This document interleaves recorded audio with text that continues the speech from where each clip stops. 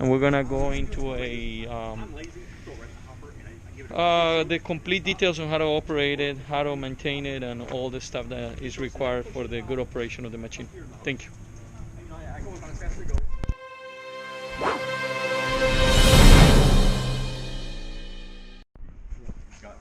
Okay, so a video about operation on a Mayco ST30. This machine has been reconditioned, painted. It's got a 2012 diesel engine. It's been replaced. It's up to you. It's up to you. The benefit of dumping in the hopper is the heaviest slick pack gets around that S2. I mean, around the cleanout valve.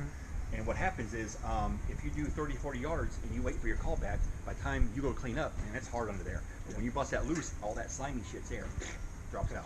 So I can't do that versus dumping in the hose and it's preference at that point. So let's go through it again. That way sure.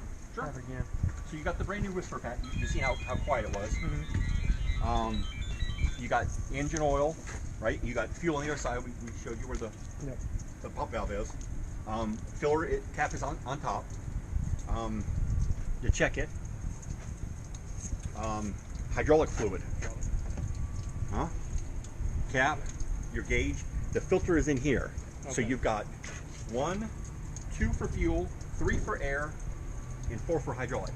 Every 250 engine hours, you're going to service this. Sounds good. Oil, if you clean every 6 months, that means bring it out, filter it, and bring it back in. You should get about 4,000 hours out of it. Yeah. If you keep, since the system is closed, it's always cleaning itself. There's one pump that just sucks it out, cleans it, cools it, and puts it right back in at 30 liters a minute. So in theory, it's always cleaning itself. But if you clean it every 6 months, it will make your 4,000 hours. Good. If you don't clean it and you let the machine do it, but you do the filter regularly, you probably get 35 maybe. Okay. Maybe 3 if you don't let the machine get too hot. Yeah. It could last you 10 years, and it could last you 1. You know, depends on how, even just like your blood. If you let a bunch of shit go in there, you're gonna live too long. Okay.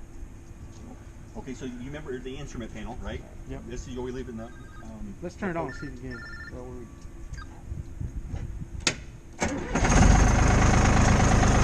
Forward position here, right?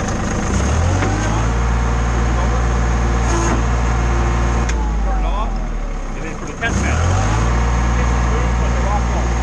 Right? No, to test it. To test it, okay. To test it. A lot of guys over here use that to clean out, but the rock doesn't switch over. Yeah. You wash out, you have to go over here, switch it over, wash out. But this is mainly just for me. But you can use it if you want. It doesn't hurt the machine. Yeah. Use it. And then on.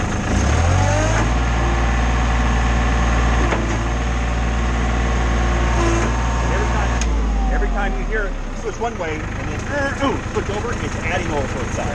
So there's a plus to take away and part to add.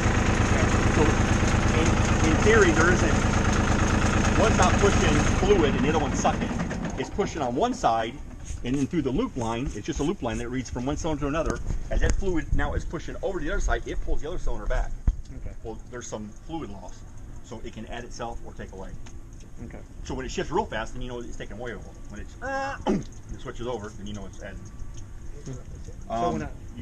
You remember the remote. If you go all the way up, the remote works. Yeah. In the middle, nothing works. Yeah. And then back to you. It's not manual. Yeah. Okay. You got forward and reverse. Remember that. I got it listed right here on the side. To you is forward, away from you is reverse. Okay. And you use this feature if you had a plug in the reducer. Not so much the hose. When you start getting 3, 4, 5 inch, you can use it and suck back through the hose. But at 2 inch, it'll collapse it. It's just too small. Too small. Yeah. All right. So when you get 4 inch, you can put a ball in it and put a board on the end of the hose. Man, it'll suck back 200 feet. Wow. Right to you. So you dump the hopper out. You go out to the end. Suck it all the way back, fill your hopper up, and you can take it somewhere and dump it, just like a boom truck. Yeah. Okay. But in your regards, 3/8 rock, it's too fine. You know what I mean? It'll collapse the hose. Yeah. It'll flatten the whole 200 feet out. It's pretty weird. Flow control. So you remember screwing it in? Screwing it in, yeah. Slows it down. Unscrewing it like a water faucet. Yep. Speeds it up. Speeds it up. Okay. So usually when I prime out, I'm all the way open. 2 strokes, boom, I stop, I screw it all the way in and back it out 4 full turns, and then wait till you fill the hopper up and let's go. Okay. Now if you like the hose method, you can put in the hose and then pull it in 4, push all the way in and back it forward, and let's go. It's up to you. All right. Like I said, I like it in the hopper because it gets around the ring on the bottom. Well, yeah, the trap when you door. clean out. Yeah. Yeah. Okay. For the agitator, forward reverse.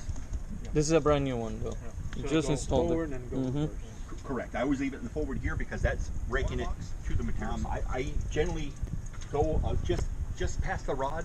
No water sits in there because they use a Teflon ring for packing, and when it cools, the rod is contracted. As it cools, the rod and ring doesn't contract together, and one will contract before the other, and they'll suck it up like a straw. So in the morning, empty it out. How do I do it? Empty it out. It's down the bottom. Just a little plug at the bottom. Okay. You unscrew it. Be done with it. Just when you're done, unscrew it. Let the water out. Let the water out, and I leave it by. Leave it dry. Some guys fill it up before they go to the job. I've seen over the number of years, we just had a guy here. He throw all of his stuff in the hopper, and then you know damn well when he leaves the yard in the morning, he's just going to the job and then firing it up. Well, hell, what if it don't run? Yeah. What if it don't switch over? You're at your shop now. You got some tools. You know, you got a battery charger, or whatever. I mean, never leave nothing in the hopper. I always leave the plug in my pocket, or I put it in the dashboard of the truck. Okay.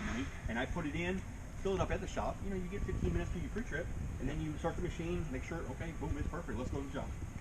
Versus go to the job and then not working. Yeah. Now you're eating a load of concrete too. Yep. Yeah. You know, if you're at the shop an hour before you get there, an hour before the concrete's there, and then you're 15 minutes early, now you can stop the concrete. Whoa, man, no, you better hold on. Give me half hour. Yeah. You can work with something. Okay. Versus you can get the, now it costs you, $1,500 for a load. Yeah. And then the contractor wants to, trick fuck you. I know that. that. I'm usually the guy on the other side of the hose. So I'm like, hey man, you're pump running or not? Right. Now it's gonna be a different thing. Pump, man, yeah. So okay, so we talked about your bearings. You got bearing buddy here. Yeah. New ringlet, new brakes, new hub. Now you will have to tighten this at 200 miles. So when you get into Louisiana, I'd probably stop and put a wrench on it. Okay. Maybe grease it once. Just 2 shots, boom, boom, and then you're good for about 5,000. Okay. All right. Seems good. Where parts on this are brand new, right? Correct. So you got your penny ring, your wear plate, the throw out sleeve is all new, and this has all been upgraded. Like I said, it's into a central the grease. grease. Okay. Good. You have one grease fitting on the other end for the bearing Okay. here, but How you see often it's how central. often do I grease those? You're gonna grease this Every time you use it. every time you leave the job, and then every 50 yards. Awesome. So if you're doing 60 yards, when 50 back pulls out and 60 back in it, I hit 2 shots all the way around. Right. And then in the theory, when you're cleaning up now, because the hopper has held the grout, and every time you pump, it's trying to come out. Yeah. Well, as you push the grease, it pushes that grout back into the hopper. It doesn't get hard then. Good. So this would be Every when time you wash out. clean out. Every time you wash out. Correct. That's right. If you wait till you get back to the shop, it's too late. Yeah. No, I won't take good care of it. So you got Buen your día. Your battery, well, you know you got a new battery now. Someone left the key on. Oh, the key was on? Yeah, it's Oh, on. beautiful. It was a brand new battery anyways, but Yeah. Okay. so Sounds good. that's about it. You That's about it. It's very simple. Yeah. It's very simple. You got diesel here. It holds 20 gallons, and you can get about 120. I always was a firm believer. You fill up before you leave, and you fill up before you come back. And that kind of thing. But that way. Because what a lot of times happens is, well, it's here. Well, I'll get it tomorrow. Well, you called in sick, and now somebody else is running. Now they go out to the job and do 60 yards, and they run out of fuel. Yeah. And guess who's going to be holding it back? Oh yeah. So I'm always a firm believer. Fill it up when you come back. You're going to fill the truck up, might as well hit it. Oh yeah. And they're usually relatively close to the truck. You can, with the same one, you got the truck here, and you can just walk back and fill it. You know what I mean? Relatively Yeah, we close. used to do that. Running machines, Bobcats and all that stuff. So Yeah. with good truck, good machine on it. Beautiful. You know the drill. Bobcat's even worse. Oh, If yeah. you fill them things up on a ship. Oh yeah. I mean, I got many calls. Ah, fucking Bobcat running out of fuel, and I can't get it going. All right. No, that's fine. Beautiful. Huh? Okay. Thank you, Harold. I appreciate it. Thank you for watching. To continue seeing more content like this, don't forget to subscribe. Also, you can just go right here on this link to our website, liveequipment.com, for a complete list of equipment available for sale. Or just keep navigating to our channel. Have a great day.